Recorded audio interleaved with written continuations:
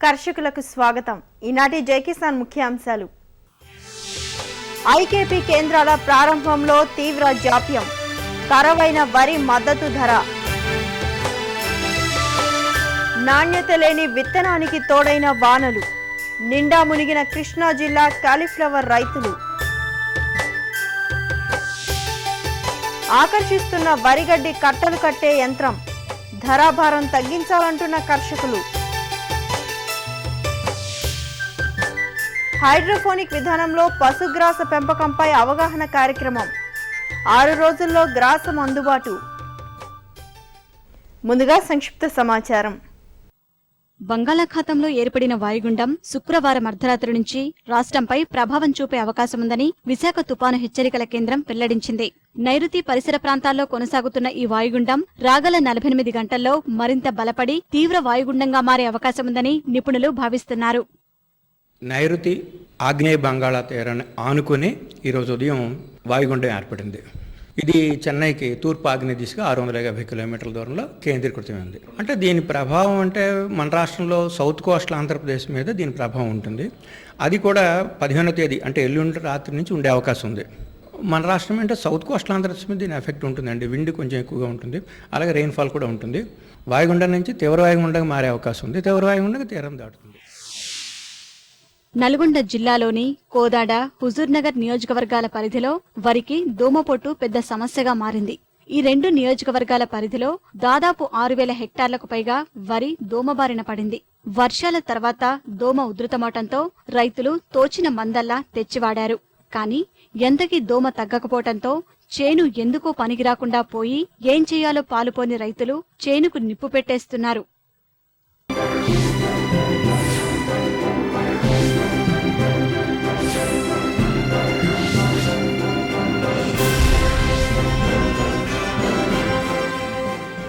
కాలం కలసి రాకపోతే కష్టాలే పుట్టుకొస్తాయన్నట్లుగా ఉంది అన్నదాతల పరిస్థితి. శీతాకాలపు పంటైన కాలీఫ్లవర్ను సీజన్లో పండించే కంటే ఒక అడుగు ముందుగా పండిస్తే రేటు పడుతుందని ఆశించిన కృష్ణా జిల్లా రైతులు అయోమయంలో పడిపోయారు. మొక్క పెరుగుదలే గాని పూతకు రాకపోవడంతో విస్తుపోయారు. విత్తనం సరైనది కాక ఇలా జరిగిందని అనుకుంటుండగా ముంచెత్తిన వానలు రైతులను మరింత కష్టాల్లోకి నెట్టేశాయి. 200 ఎకరాల్లో సాగు చేసిన కాలీఫ్లవర్లో తెగుళ్లు సోకి ₹1000 పెట్టుబడులు బూడిదలో పోసిన పన్నీరయ్యాయి. ఒకప్పుడు శీతాకాలంలోనే పండే కాలీఫ్లవర్ ఇప్పుడు ఏడాదంతా పూస్తోంది. అందుకు తగ్గట్టుగా ఎన్నో ప్రైవేటు హైబ్రిడ్ రకాలు అందుబాటులోకి వచ్చాయి. సీజన్ను బట్టి రైతులు రకాలను ఎంచుకుంటూ కాలీఫ్లవర్ నుంచి మంచి ఆదాయాన్ని గడిస్తున్నారు. అదే ఉద్దేశంతో ఈ ఏడాది కూడా కృష్ణా జిల్లా జగ్గయ్యపేట మండలంలో దాదాపు 200 ఎకరాలకు పైగా కాలీఫ్లవర్ను ఏడాది పొడవునా సాగు చేస్తున్నారు రైతులు. ఎప్పటిలానే ఈసారి ప్రైవేటు విత్తనం తెచ్చి నాటారు. విత్తనం తేడానో లేదా వాతావరణం అనుకూలించలేదో గాని పైరు పూతకు వచ్చిన అరకొర పూలు అధ్వానంగా ఉన్నాయి. ఏమిటా అని ఆలోచించేలోపే వర్షాలు రావటంతో కాలీఫ్లవర్ పూర్తిగా పనికిరాకుండా పోయింది. డూప్లికేట్ విత్తనాలు వచ్చినాయి. దానివల్ల ఎకరానికి 35,000 40,000 లాస్ అయింది. 3 నెలలకు వచ్చేది 4 నెలలకు వచ్చింది. ఇప్పుడు పరిస్థితి బాగలేదు. మొత్తం ఆగమాగం వర్షానికి ఆగమైపోయింది. పూలు మొత్తం కుళ్ళుడు వచ్చింది. మొత్తం కొనే మానవుడు ఓళ్ళు లేడు. సంవత్సరానికి 40,000 పెడుతున్నాం. 25,000 కాడి నుంచి 30,000 వరకు మిగులుతుంది. ఈ సంవత్సరం అది కూడా మిగిలే పరిస్థితి లేదు. పెట్టుబడి కాదు, కౌలు కూడా కట్టే పరిస్థితి కూడా లేదు. 90 రోజుల్లో పంట చేతికొస్తుందని, మంచి ధర పలుకుతుందని 3 నెలలు తిరిగేసరికి ₹30,000 లాభం కళ్లజోడవచ్చని ఆశించిన రైతులకు కోలుకోలేని దెబ్బ తగిలింది. క్యాలిపర్ వేసినాం, ఎకరన్నర వేసాండి. పెట్టుబడి 40,000 అయింది. విత్తనం తేడా 2 నెలలకు రావాల్సింది 3 నెలలు 4 నెలలు వేసింది, రాలేదు. ఇంత పెట్టుబడి అయింది 40,000. ఇంతవరకు ఏమి రాలేదు, నష్టపోయాం. ఎకరానికి 40,000 పెట్టుబడి దాకా పెట్టాం. ఇంతవరకు ఏం రాలేదు. 60 రోజుల్లో పూలు రావాలి. ఇప్పుడు 100 రోజులైంది సేనేసి. మొత్తం నాశనం అయినాయి. పూలు కూడా చిన్న చిన్నగా ఇంత వచ్చి ఇచ్చిపోతున్నాయి. వర్షం వచ్చి చాలా వరకు పాడైపోయిందండి. పూలు లేట్ అయినాయి. ఆ వచ్చిన అక్కడ పువ్వు ఇక్కడ పువ్వు వస్తే వర్షానికి ఉన్నాయి కుళ్ళిపోయినాయి. మేము పెట్టింది 40,000 అండి. ఇప్పుడు వరకు అయితే 2,000 వచ్చినాయి. ఈ సేను ఇంకొక 20 రోజుల్లో దున్నేసేదే. ముంపును అసలు తట్టుకోలేని పంట కావటంతో పూర్తిగా దెబ్బతింది.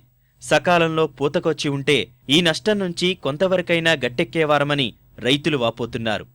కాలీఫ్లవర్ విత్తనాలే నకిలీ విత్తనాలు అనుకుంటే ఈ వర్షం ఒకటి దెబ్బేసిందండి. చాలా నష్టపోయినాం మేము. 2 నెలలకు పూలు వస్తాయి అనుకుంటే ఇంతవరకు పూలు ఏం లేవు. పెట్టుబడి పెరిగిపోతుంది. వర్షం వల్ల తెగుళ్ళు వచ్చి అసలు కాలీఫ్లవర్ మొత్తం ఆగమైపోయిందండి. ఆకుమచ్చ పువ్వు కుళ్ళిపోవడం, పెట్టుబడి వచ్చే విధాయకం కూడా లేదండి ఈ సంవత్సరం.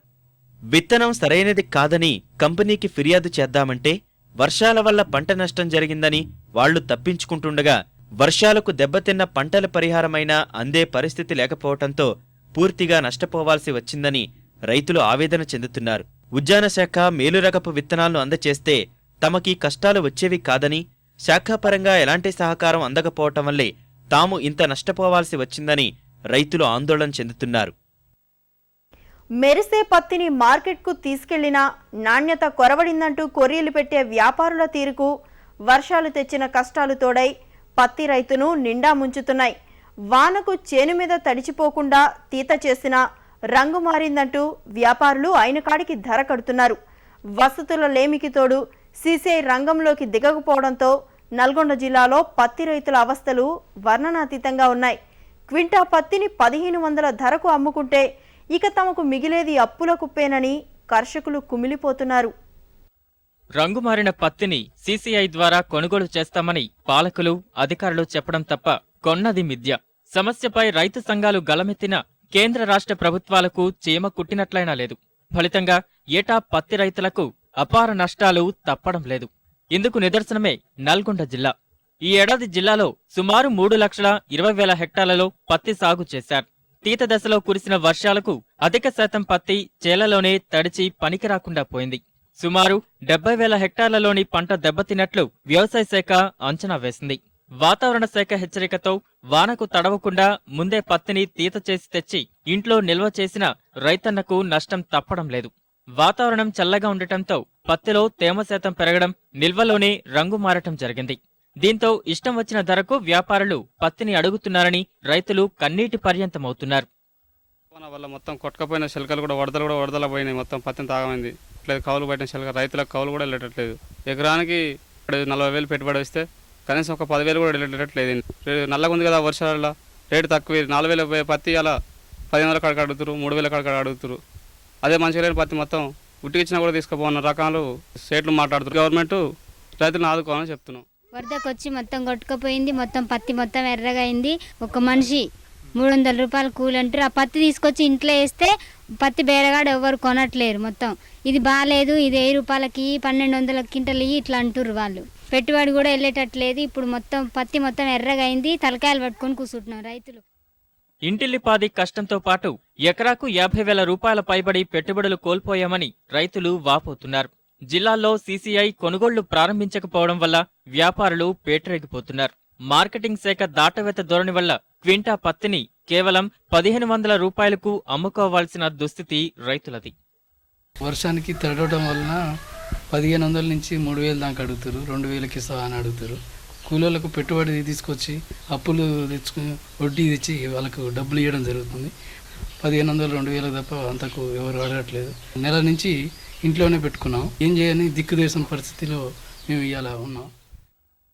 ఇప్పటికైనా కుదేలైన రైతాంగం దుర్భర పరిస్థితులను గుర్తించి రంగుమారిన పత్తి కొనుగోళ్లకు సీసీఐ ఉపక్రమించాలని రైతు సంఘాలు డిమాండ్ చేస్తున్నాయి.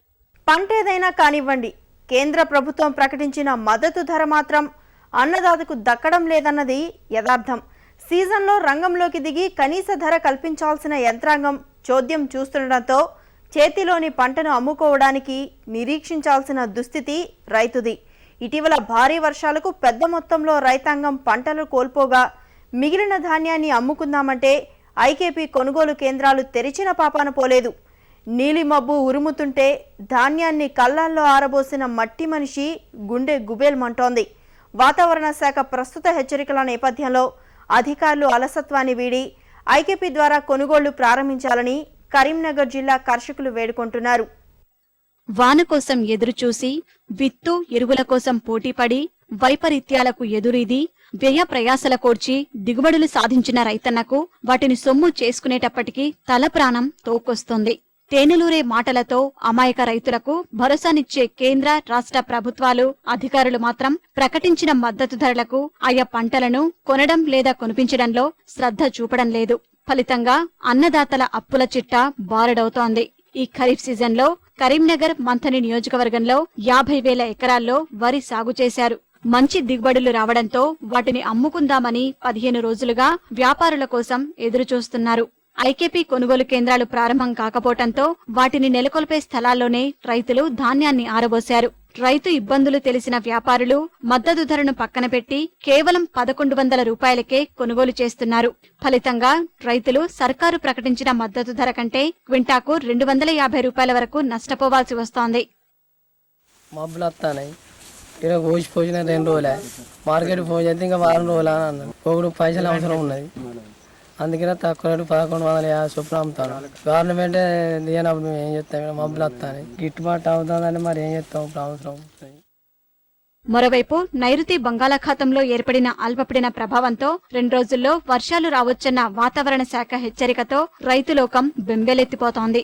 కేంద్రాల దగ్గర ఆరబోసిన ధాన్యం కొనుగోళ్లను రేపు మాపంటూ నిర్వాహకులు వాయిదా వేయడంపై అన్నదాతలు తీవ్ర అసంతృప్తి వ్యక్తం చేస్తున్నారు. సాగు చేసిన రోజు వారం అవుతుంది, ధాన్యం ఉల్లారింది.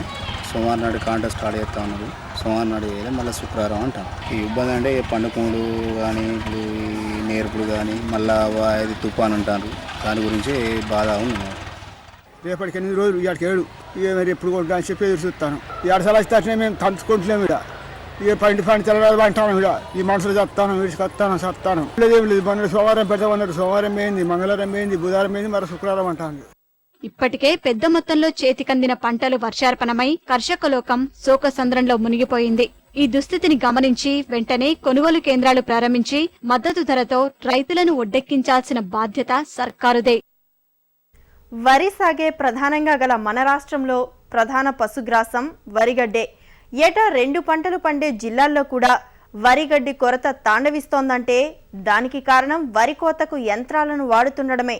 సమస్యగా మారిన కూలీల లభ్యతతో తప్పని పరిస్థితుల్లో వరి కోత పనిని యంత్రాలతో చేస్తుండటంతో వరిగడ్డి పూర్తిగా అక్కరకు రాకుండా పోయి పశువుల మేతకు వెతుకులాడాల్సి వస్తోంది. దీన్ని అధిగమించేందుకు ముక్కలుగా మారిన వరిగడ్డిని కట్టలుగా కట్టే యంత్రాలు అందుబాటులోకి వచ్చాయి. అయితే ఇప్పుడిప్పుడే వీటి పట్ల రైతులు ఆకర్షితులవుతున్నారు. ధర అధికంగా ఉండడం వల్ల సర్కారు రాయితీలను పెద్ద మొత్తంలో ఇచ్చి ప్రోత్సహించాలని కోరుతున్నారు.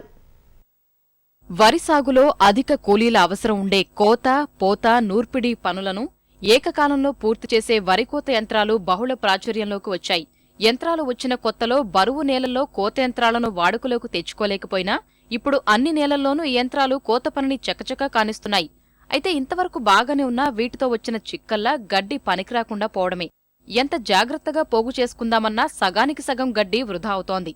అయినా చేసేదేం లేక కోత యంత్రాలను వాడుతున్న రైతులకు ఇప్పుడు అందుబాటులోకొచ్చిన గడ్డి కట్టలు కట్టే యంత్రాలు ఎంతగానో ఉపకరిస్తున్నాయి.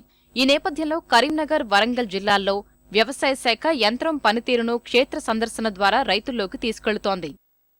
మిషన్ అయితే బాగానే ఉందండి. ఈ కరువు మినిమం ఒక 15 కేజీలు ఉంటుంది కావచ్చు కట్ట.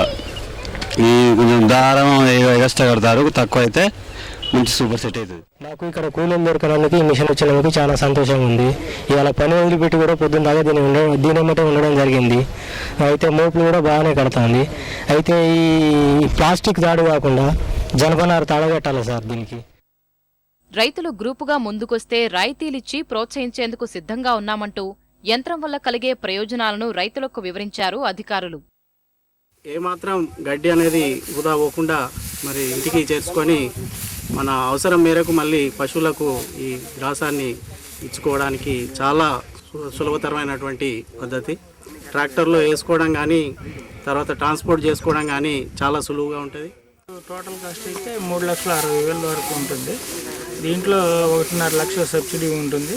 తర్వాత ఈ గ్రూప్ మెంబర్స్కి ఇవ్వడం జరుగుతుంది. 1-3 గ్రూపు ఉన్నటువంటి రైతులకి ఈ గ్రూప్లో 1.5 లక్ష వరకు సబ్సిడీ ఇవ్వడం జరుగుతుంది. ఒక ఎకరం గంటన్నర లోపల ఈ మొత్తం కూడా ఈ గడ్డి అంతా కూడా కట్టలు కట్టడం జరుగుతూ ఉంది. కాబట్టి రైతులందరూ దీన్ని ఉపయోగించుకోవాలని కోరుతా ఉన్నాం. అయితే తమ ప్రాంతానికి అనుగుణంగా యంత్రంలో కొన్ని మార్పులు కావాలని కోరుకుంటున్న రైతులు రాయితీ మొత్తాన్ని పెంచినప్పుడే రైతులు ముందుకు రావడానికి అవకాశం ఉంటుందంటున్నారు. ఇప్పుడు ఎకరం గడ్డికి 500-700 అంటే పెట్టగలుగుతారు, కానీ ఇప్పుడు 1,000 రూపాయలు పడాలంటే మాత్రం సాధ్యం కాని పని. 70% సబ్సిడీ ఇచ్చినప్పుడే వర్కౌట్ అవుతుంది. కట్టే మిషన్ వచ్చింది, దాన్ని కొద్దిగా మేము ఇప్పుడు డెమో చేయడానికి ఇక్కడికి వచ్చారు. అది చూద్దామని మేము దీనికి సబ్సిడీ కూడా కొద్దిగా ఎక్కువ ఇచ్చి మనకి ఇదైతే బాగుంటుంది. మామూలుగా 1,50,000 అంటున్నారు, దీనికి ఇంకా 90% మనకు 90% కనుక సబ్సిడీ ఇస్తే మనకి ఇది అయ్యేటట్టు ఉంది. దీన్ని కూడా కొద్దిగా మాడిఫికేషన్ చేసి దాన్ని కొద్దిగా ఇది చేస్తే మన రైతుకు అనుకూలంగా ఉండేటట్టుగా మాకు బాగా అనిపిస్తుంది. ఇక్కడ మనకు కనిపిస్తున్న ఈ యంత్రం ఖరీదు 3,60,000 రూపాయలు. రైతులు గ్రూపుగా ముందుకొస్తే 1,50,000 రూపాయల రాయితీని అందజేసేందుకు సర్కారు సిద్ధంగా ఉంది. గంటకు 3 నుంచి 4 లీటర్ల డీజిల్ వాడకం ఉండే ఈ యంత్రం గంట నుంచి గంటన్నరలో ఎకరాలో గడ్డిని కట్టలు కట్టే పనిని పూర్తి చేయగలుగుతుంది. టైరు యంత్రాలతో కోత చేసిన చేలలో ఇలాంటి బేళ్లు 50 నుంచి 60 వస్తుండగా, చైన్ యంత్రాలతో వరి కోత చేసిన పొలాల్లో ఎకరాకు 25 నుంచి 30 బేళ్ల గడ్డి వస్తోంది. ఈ యంత్రాన్ని రాయితీపై పొందేందుకు కరీంనగర్, వరంగల్ జిల్లాల రైతులు స్థానిక వ్యవసాయ అధికారిని సంప్రదించాల్సి ఉంటుంది. అందివచ్చిన శాస్త్ర పరిజ్ఞానం సేద్య రంగంలో అద్భుతాలను ఆవిష్కరిస్తోంది. తరిగిపోతున్న వనరులు, పెరుగుతున్న అవసరాలకు పరిష్కారాలు సాధించే దిశగా పరిశోధనలు కొనసాగుతున్నాయి. ఈ నేపథ్యంలో హైడ్రోపోనిక్ విధానం ఆచరణ దిశగా అడుగులేస్తోంది. అభివృద్ధి చెందిన దేశాల్లో ఒక అడుగు ముందున్న ఈ పద్ధతిని మన దేశంలోనూ ప్రవేశపెట్టేందుకు ప్రయత్నాలు జరుగుతున్నాయి. హైదరాబాద్ పరిసరాల్లో కూడా ఔత్సాహికులు ఈ నేల విడిచి సాగు చేపట్టారని గతంలో విని ఉన్నాం. రాజధాని శివారులో ఉన్న గాజుల రమారంలో హైడ్రోపోనిక్ పద్ధతుల్లో పశుగ్రాసం సాగుపై అవగాహన కార్యక్రమం జరిగింది. 6 రోజుల్లోనే గ్రాసం పశువులకు అందివచ్చే ఈ పరిజ్ఞానాన్ని పశుసంవర్ధక శాఖ అధికారులు కూడా పరిశీలించారు. పాలకు గిరాకీ రోజురోజుకు పెరుగుతున్నప్పటికీ మేపు ఖర్చులు పెరిగిపోయి పరిశ్రమ పోషకులకు లాభాలనందించలేకపోతున్న నేపథ్యంలో అత్యధిక పోషక విలువలు గల అతి తక్కువ కాలంలో అందివచ్చేలా గ్రాసాన్ని ఉత్పత్తి చేసే హైడ్రోపోనిక్ పరిజ్ఞానం వెలుగులోకి వస్తోంది. ప్రపంచవ్యాప్తంగా ఆదరణ పొందుతున్న ఈ పరిజ్ఞానాన్ని భారత్లోనూ విస్తరించేందుకు విదేశీ కంపెనీలు ముందుకొస్తున్నాయి. దీనిలో భాగంగా రాజధానిలో ఏర్పాటు చేసిన అవగాహన కార్యక్రమంలో పశుసంవర్ధక శాఖ అదనపు సంచాలకులు డాక్టర్ పి. తిరుపతయ్యతో పాటు పలువురు పాడి రైతులు, డైరీల యాజమానులు, వ్యాపారులు, ఔత్సాహిక పారిశ్రామికవేత్తలు పాల్గొన్నారు. హైడ్రోపోనిక్ సాంకేతిక పరిజ్ఞానంతో గ్రాసపు పెంపకాన్ని ప్రత్యక్షంగా చూసి తెలుసుకోగలిగారు.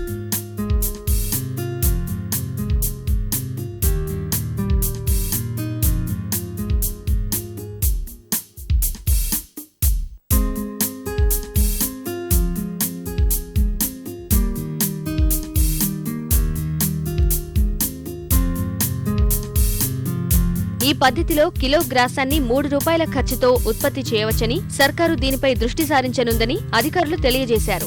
ఫీడింగ్ కాస్ట్ను తగ్గించుకోవడానికి అవకాశం ఉంది. దీంట్లో యంత్రాలు ఉంటాయి.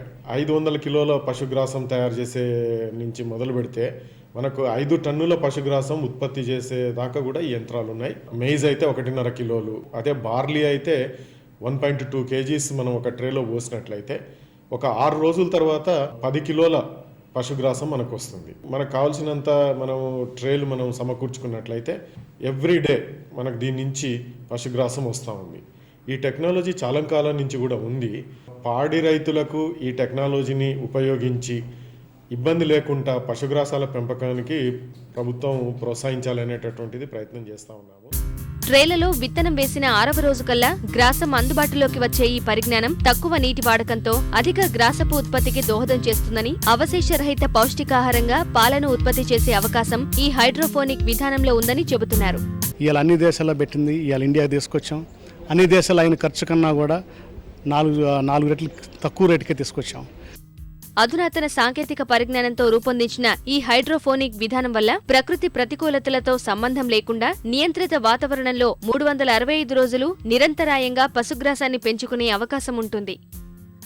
75 కిలోల విత్తనంతో గ్రాసం పెంచే హైడ్రోపోనిక్ ఛాంబరు ఖరీదు 3 లక్షల రూపాయలు. క్వింటాన్నర సామర్థ్యం గలదైతే 5.5 లక్షల రూపాయల వరకు ఉంటుంది. త్వరలో ఈ హైడ్రోపోనిక్ ఛాంబర్లను కొనుగోలు చేసి ప్రయోగాత్మకంగా పరిశీలించి విజయవంతమైతే రైతులకు చేరువ చేసే ఆలోచనలో ఉంది పశుసంవర్ధక శాఖ.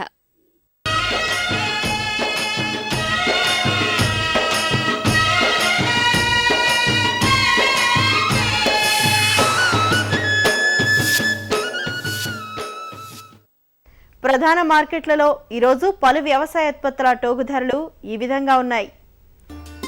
ధాన్యం క్వింటాలకు రూపాయలలో విజయవాడ సాంబ మసూరి గరిష్ట ధర 2400, కందులు విజయవాడ కనిష్ట ధర 4200, గరిష్ట ధర 4300, ఖమ్మం కనిష్ట గరిష్ట ధరలు 4300, సూర్యాపేట కనిష్ట ధర 2,889, గరిష్ట ధర 4,119.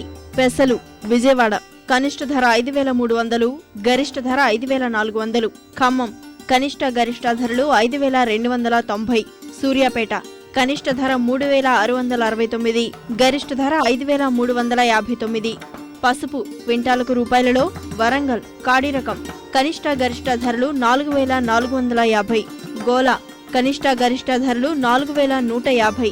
పత్తి వరంగల్ కనిష్ట ధర 3,200, గరిష్ట ధర 4,410. ఖమ్మం కనిష్ట ధర 4,000, గరిష్ట ధర 4,450. మిరప ఖమ్మం కనిష్ట ధర 4,000, గరిష్ట ధర 6,000. వరంగల్ వండర్ హాట్ ఏసీ రకం కనిష్ట ధర 7,200, గరిష్ట ధర 8,200.